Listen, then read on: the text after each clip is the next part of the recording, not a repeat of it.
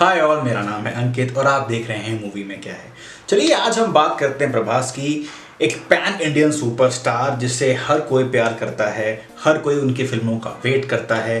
क्या वजह है कि वो हम सबके इतने अजीज हैं और कैसे उनकी जर्नी रही है from regional superstar to pan India mega star. देखिए, छत्रपति एक ऐसी फिल्म है प्रभास की जो बहुत लोगों ने देखी है डबिंग में, राइट। उसके बाद मैं कह सकता हूँ कि हिंदी ऑडियंस बहुत से लोगों ने उनकी छत्रपति से पहले देखी होगी। छत्रपति के बाद उन्होंने कई सारी ऐसी फिल्में की जिनका तेलुगु इंडस्ट्री में काफ़ी इम्पैक्ट रहा। मैं कुछ फिल्मों की बात करता हूँ, तो वो बिल्ला हुई, चाहे वो मिर्ची हुई, चाहे मिस्टर परफेक्ट हुई। और वो जो फिल्में कर रहे थे वो अपनी बॉडी पर काम कर रहे थे, वो अपनी डांसिंग स्किल्स पे काम कर रहे थे, जो कि ऑब्वियसली हम डांस करते देखते हैं नहीं ज़्यादा उन्हें, बट फिर भी उन्होंने डांस पे अपने काम किया। और कहीं ना कहीं उन्होंने अपने फैन बेस को ऐसा बनाया जो बहुत लॉयल बनी। फिर आता है टाइम बाहुबली का। जब बाहुबली को बनाने का आइडिया राजमौली के दिमाग में आया तो उनका कहना है कि सबसे पहला जो एक्टर उनके दिमाग में आया वो प्रभास ही थे। प्रभास ने एक फिटनेस के साथ बाहुबली के रोल को प्ले किया, दोनों पार्ट 1 पार्ट 2 में, अमरेंद्र और महेंद्र बाहुबली को। फिर क्या था, जो लोग उन्हें नहीं जानते थे जानने लगे, वो भी इंडिया के बाहर, चाहे वो कोरिया हो, चाहे जापान हो, चाहे वो यूरोप हो, चाहे वो यूएस हो। प्रभास की फैन फॉलोइंग बहुत बड़ी। आज ये कहना कि इंडिया में रिसेंट टाइम्स का वो सबसे बड़ा सुपरस्टार है तो प्रभास ही है। हालांकि बाहुबली पार्ट 1 पार्ट 2 के बाद जो उन्होंने फिल्में की, चाहे वो साहो हो, चाहे वो राधे श्याम हो, चाहे वो आदि पुरुष हो, इन फिल्मों ने कुछ खास कमाई नहीं की, बट ये फ्लॉप नहीं कह सकते हैं आप। राधे श्याम का मुझे कलेक्शन याद नहीं आ रहा है, मैं चेक कर लूँगा और डाल दूंगा यहाँ पे स्क्रीन में वो। बट साहो ने ठीक ठाक पैसे कमाए, आदि पुरुष ठीक ठाक पैसे कमाए। कहीं ना कहीं इन फिल्म्स की, अगर आदि पुरुष को हम छोड़ दें तो साहो और राधे श्याम की जो कंपैरिजन किया गया, राइट, बाहुबली पार्ट 1 पार्ट 2 से, उस कंपैरिजन ने ही इन फिल्म्स के बॉक्स ऑफिस पे इम्पैक्ट डाला। लेकिन कहते हैं ना कि जब आपका टाइम खराब होता है तब कैसे आप बिहेव करते हैं दैट डिफाइंस योर कैरेक्टर। जब उनका टाइम खराब चल रहा था बाहुबली 1 और 2 के बाद इन फिल्म्स में, चाहे वो आदि पुरुष हो, जिसे पब्लिक ने बहुत क्रिटिसाइज भी किया कि फिल्म का वीएफएक्स अच्छा नहीं है, डायलॉग्स अच्छे नहीं हैं और बहुत कुछ, लेकिन किसी ने प्रभास की एक्टिंग को खराब इन तीनों फिल्म्स में नहीं कहा। चाहे वो साहो हो, चाहे वो राधे श्याम हो, चाहे वो आदि पुरुष हो, सबने ये देखा कि प्रभास अपने काम को लेकर सिंसियर हैं, उन्होंने खराब एक्टिंग नहीं की।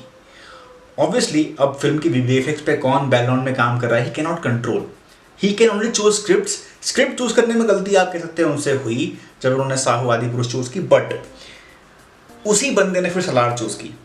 देखिए, सलार जब बनी, सलार उग्रम का ही एक रीमेक है।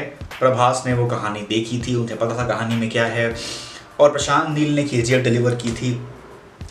जब सलार पार्ट 1 आती है तो किसी भी मूवी के पार्ट 1 का उस तरह का करना बिजनेस अपने आप में बहुत बड़ी बात है। सलार पार्ट 1 ने 700 करोड़ का बिजनेस किया है क्योंकि उसमें प्रभास है।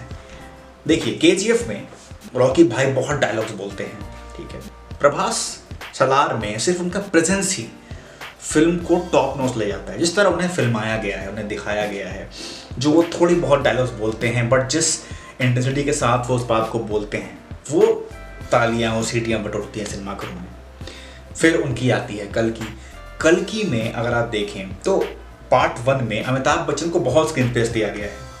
कोई बड़ा एक्टर वहाँ पे इनसिक्योर हो जाता, प्रभास बिल्कुल इनसिक्योर नहीं हुए।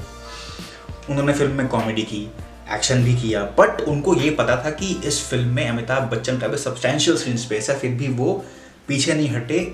इस फिल्म को उन्होंने साइन किया, कहानी में दखल नहीं दिया। यही वजह है कि ये फिल्म इतनी बड़ी हिट है। सेकेंड पार्ट में ऑब्वियसली प्रभास का और रोल होगा, जो कर्ण का रीइनकार्नेशन दिखाया गया है, बट पार्ट 1 में उनका इस तरह अपने एक्टर्स पे, अपने मेकर्स पे विश्वास करना, ये दिखाता है क्यों वो आज इंडिया के सबसे बड़े सुपरस्टार हैं।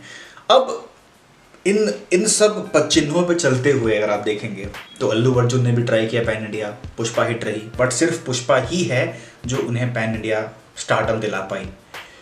चाहे वो रवि तेजा ने बहुत बार ट्राई की कि वो फिल्म लेके आए, टाइगर नागेश्वर राव और वॉट नॉट, सूर्या ने ट्राई किया विद कंगुआ, लेकिन प्रभास ही हैं जिन्होंने एक के बाद एक सारी पैन इंडिया फिल्म्स ही की। फिल्म कम चली बट वो फिल्म पैन इंडिया में देखी गई, चाहे वो साहो हो, चाहे वो आदि पुरुष हो, राधे श्याम हो, सलार हो। तो पैन इंडिया अगर किसी की पहचान है जो कि रीजनल सिनेमा से आता है वो प्रभास ही है।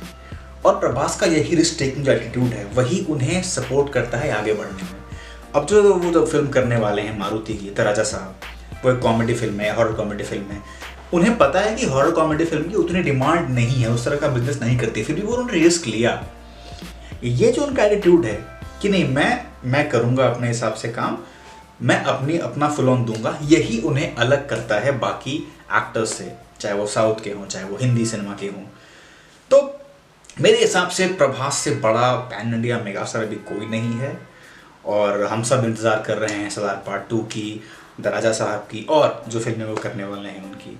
तो बताइएगा आपको ये वीडियो कैसा लगा, आप क्या सोचते हैं इस एनालिसिस के बारे में। क्या आपको लगता है कोई और हीरो या हीरोइन है जिसे हम पैन इंडिया सुपरस्टार बोल सकते हैं जो कि इस जनरेशन का है और पिछले 5-7 सालों में जिसकी काफ़ी अच्छी इमेज बनी है पैन इंडिया या वर्ल्ड वाइड।